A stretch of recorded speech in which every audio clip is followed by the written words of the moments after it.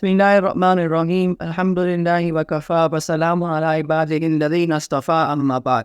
الحمدللہ مسائل کا سلسلہ ہمارا چل رہا ہے اور آج اسی سلسلے کی دوسری کڑی ہے۔ ایک صاحب نے مسئلہ یہ پوچھا ہے کہ 3-4 رکعت نماز میں اگر پہلے تشہد میں درود شریف بھی اگر پڑھ لیا ہو تو کیا سجدہ سہو واجب ہوگا؟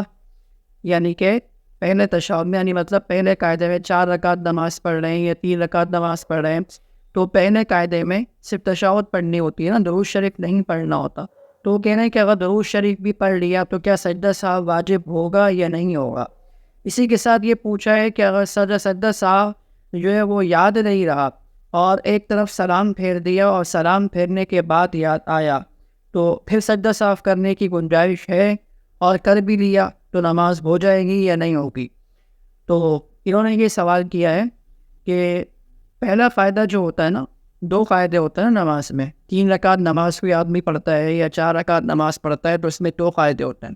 پہلا جو فائدہ ہے، یعنی جب پہلی مرتبہ ہم بیٹھتے ہیں تشہد پڑھتے ہیں، عبدہ و رسولہ تک پڑھتے ہیں، یہ پہلے قاعدے میں اتنا پڑھنا ہوتا ہے صرف۔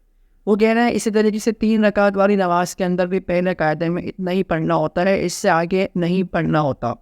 وہ کہہ رہے ہیں آگے درود شریف بھی پڑھ لیا، بس اوقات بھولے سے آدمی کا دھیان نہیں ہوتا تو وہ بھولے سے پڑھ لیتا ہے، تو اس صورت میں سجدہ سہو آئے گا یا نہیں آئے گا؟ تو اس صورت میں سجدہ سہو واجب ہو جائے گا، یعنی انہیں سجدہ سہو کرنا ہوگا۔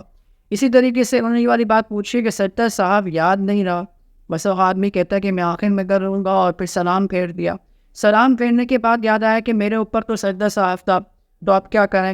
تو کہہ رہے ہیں کہ اس صورت میں کہا جاتا ہے کہ اگر نماز کے منافی کوئی کام نہ کیا ہو، نماز کے منافی مثلا بات چیت نہ کیا ہو، یا اسی طریقے سے قبلہ جو ہے سینہ جو ہے وہ قبلے سے نہ پھیرا ہو، نماز کے منافی کوئی کام نہ کیا ہو، تو اس صورت کے اندر جیسے ہی یاد آ جائے فوراً جو ہے وہ کیا ہے، سجدہ سہو کر لیا جائے، تو اس صورت کے اندر نماز ادا ہو جائے گی۔